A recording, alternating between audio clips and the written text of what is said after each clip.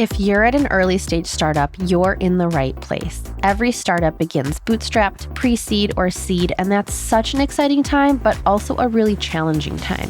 50 to 90% of early stage startups don't make it. We should be able to get our startups over the hump and without guessing or throwing spaghetti. Marketing is an important part of your go-to-market strategy, but you need to understand the why behind the what in order to get clarity, make the right decisions, and get results. Welcome to Season 4, where I'll be asking why in order to help bring more clarity to the messy world of early-stage startup marketing.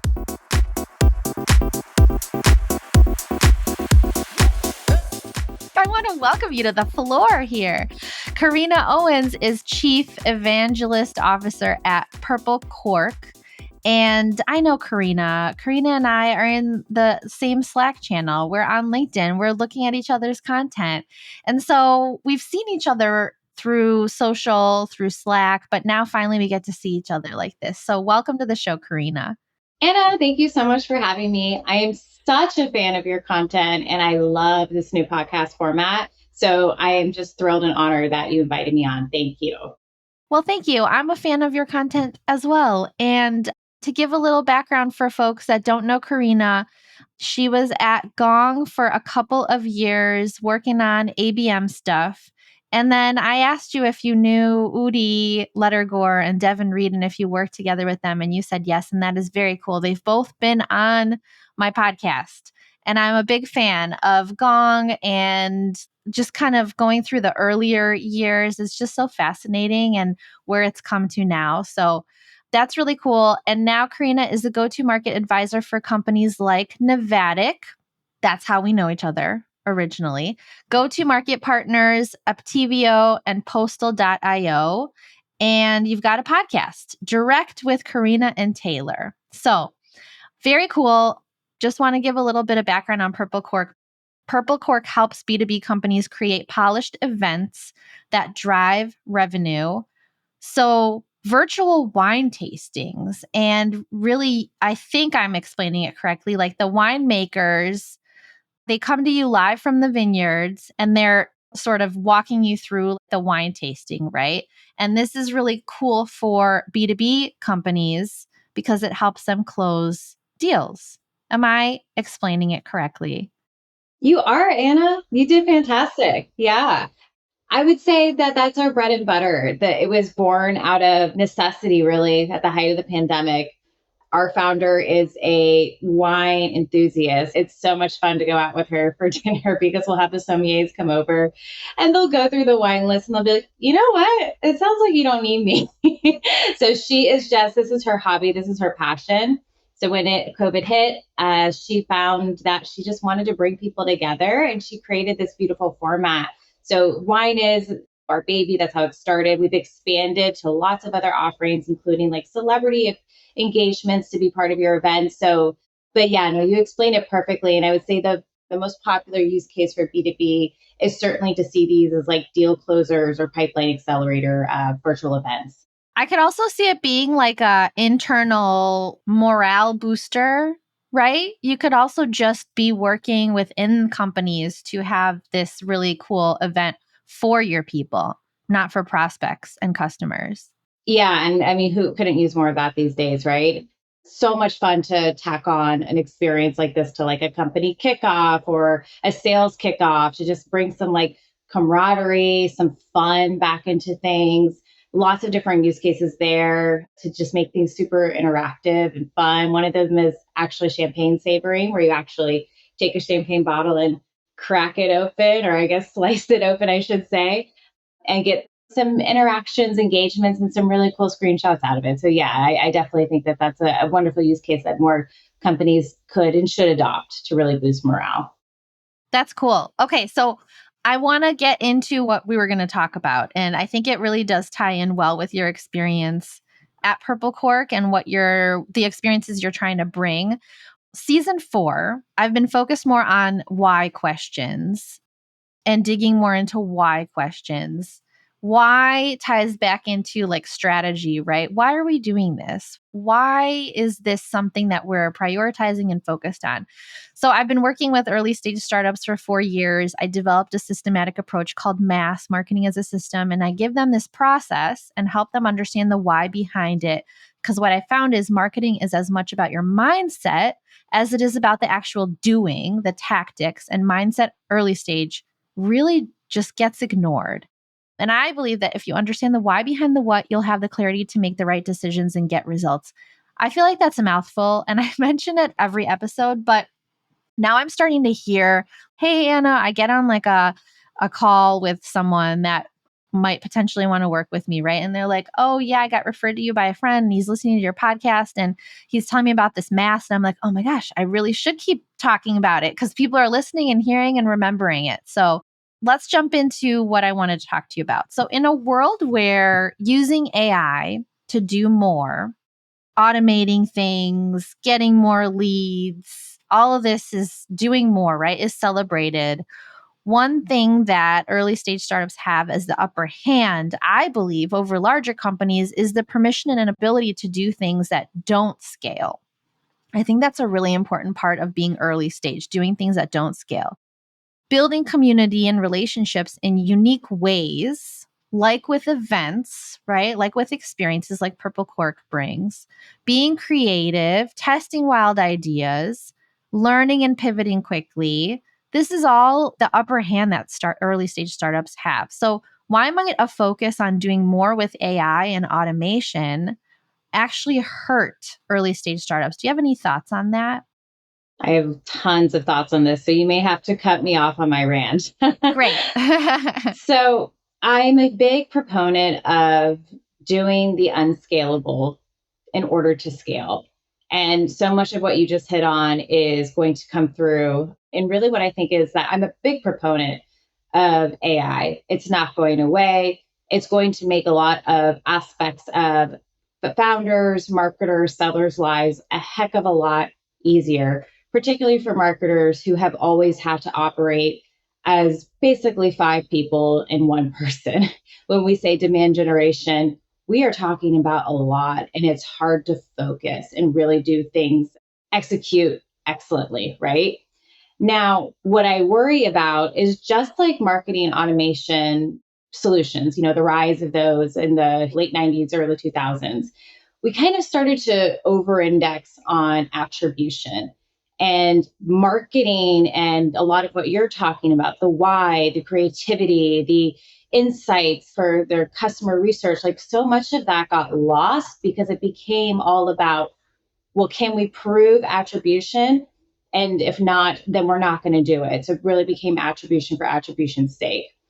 I see that there could be a potential big swing of the pendulum with AI, where we over index on using it for prospecting, where we over index on using it for positioning.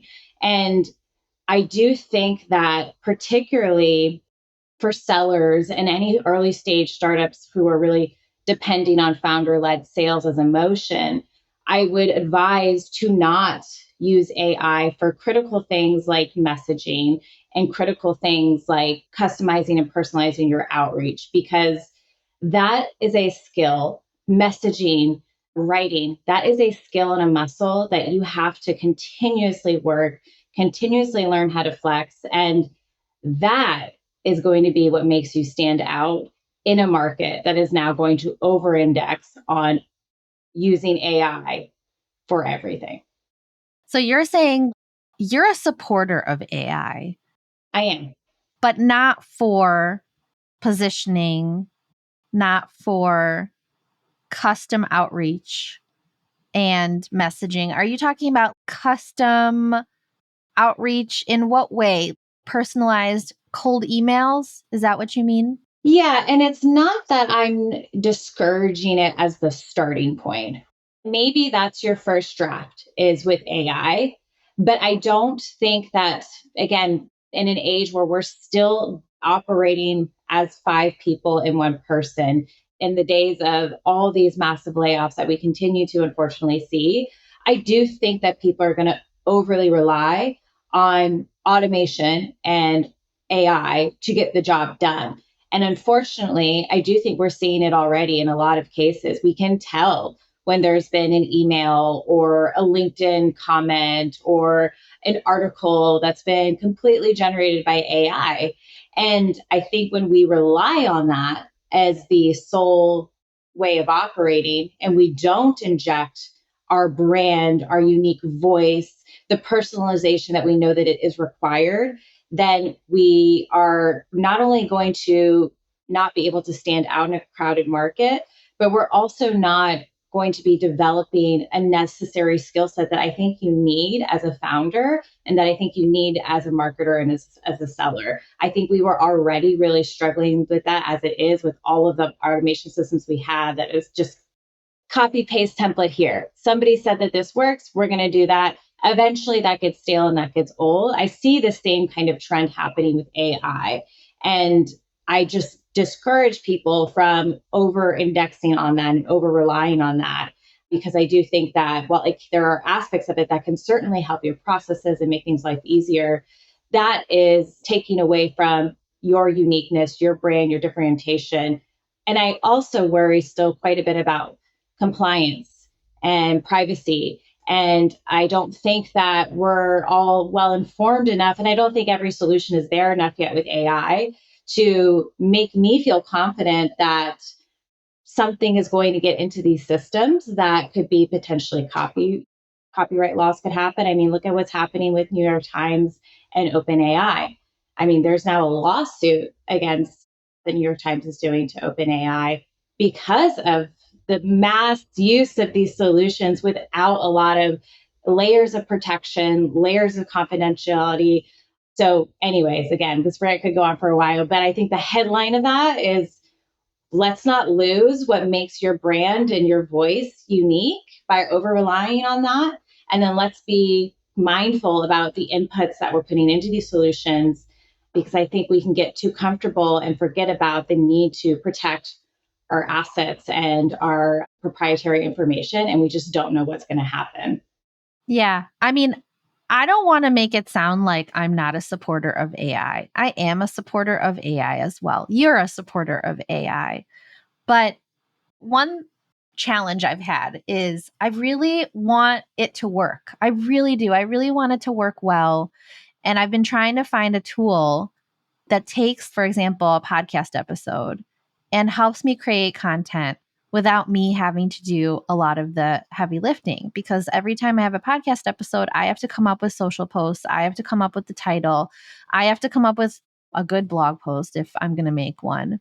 Right. And I'd rather just have the tool do it for me. I mean, that's what everybody wants. Just get the tool to do it for you. The problem is, I tried a tool. It looked so good on paper. And by paper, I mean website.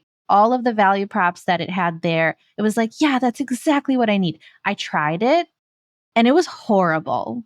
It would be embarrassing given the knowledge I have just as a marketer and what I find as like a good high quality social post, right? Or a good blog post or a good title or whatever. It was just useless. So I think we're still in the infancy stages for a lot of these AI tools. I don't know if you've found anything. Have you? I mean, that would be great if you have. I think what I've had to do is kind of slice and dice the different tools that are out there to get to something where I feel confident in a first draft. And I think they're still trying to figure out what is their specialty. But the interesting thing is, and I've talked to a lot of these founders of these tools, they're all plugging into the same, and forgive me because I'm a marketer, but they're all plugging into the same source. So they're all going to be spitting out pretty much the same thing. So you'll notice that you're going to get a lot of the same emojis for certain prompts that you do. You're going to get a lot of the same vernacular. So it does stand out because, again, they're plugging into the same source and they're also, you need so much data. I mean, we're talking hundreds of thousands of data to get to a point where, Anna, it even sounds like you, right? It can try, but it's going to take, we're not talking like dozens, hundreds, even thousands. I mean, it takes quite a bit for machine learning to come up with something that unique and that specific and that personalized. So can it pull in insights with specific prompts? Yes. Can it give you more of a templated type of blog post, social clips, videos? Absolutely. Is Anna still going to need to come in and put her finesse on it? Of course. And that's what's going to keep standing out in the market is the marketers who have already like kind of honed in on this craft of storytelling. Yeah. And it's funny because I don't even want to get that first draft so I can make edits. I just don't even want the thing and I just want to do it my way. It really needs to be good in order for me to move away from my status quo way of doing things. And I think a lot of people will nod their head and agree across just any tool in general. It has to be good. I'm not willing to wait for it to learn on me plugging in all those podcast episodes and like getting all that crappy content back and it being not useful. I'm not willing to wait for it to learn about me, my voice, how I want it to sound in order to use the tool. So Right. I don't know. I don't know what the answer is there, but which tools are you slicing and dicing? I'm just curious if there's any that you found helpful. I've always been a really big fan of Casted. It was one that we used at Gong for our podcast that I co-hosted on Reveal. And it was just really great at finding those key moments. It does a lot of beautiful things like taking out filler words, and it's really great for branding. I kind of almost like could liken it to like the Canva for video editing, if you will. And they're very, very, very, very just the thought leadership behind it too about like how you should consider using certain aspects of it so that YouTube kind of picks it up as a search engine search. So there's a lot of great elements there. I mean, I do use ChatGPT, and I think that I use it a bit differently than most marketers. I use it as a way to quickly analyze data for me. So if I anonymize my data and I give it kind of the formula I want and the way that I'm hoping to use it more in my marketing efforts is not just for attribution and ROI, but to help me kind of come up with some proprietary stats for to create like really relevant proprietary research for Purple Cork as an example. So there's great use cases for it. I just think that you're going to have to play around a lot more, I think. But you know what? That's honestly what we should have been doing with all these tools in the first place, because I've been spending the past 6 years evaluating ABM tech vendors, and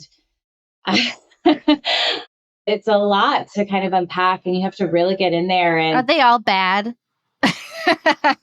I'm just well, kidding. I won't put you on the spot. okay, thank you.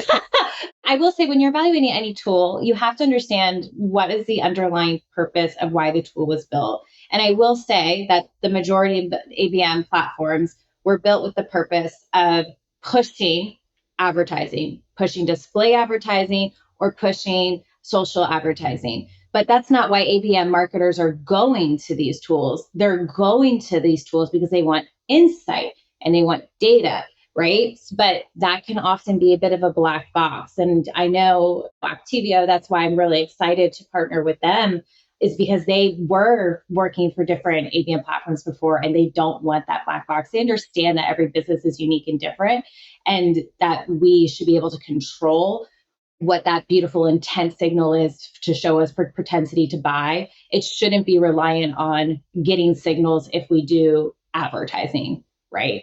Totally. I know we went off on tangents here. The original question was really just AI and how it might actually hurt early stage startups and how a focus on doing things that don't scale. That's why I like that with Purple Cork, you're creating like this experience, this unique, memorable experience that's maybe not so scalable, that's maybe kind of pricier, right? It's not like you're automating emails to nurture relationships. You're actually doing a fun event. And I think something like that, early stage startups, don't forget about it. Don't forget that those ways to nurture relationships actually do matter. They do work. They do stand out. And isn't that the point? The point is to stand out, not to like, oh, I heard about them and they're running that playbook and we should do that too. Well, then you're not going to stand out, right? So I wanted, in the time we have, what burning why question do you have for me, since we're focused on why questions and more of that sort of thing? Any question you want to ask me?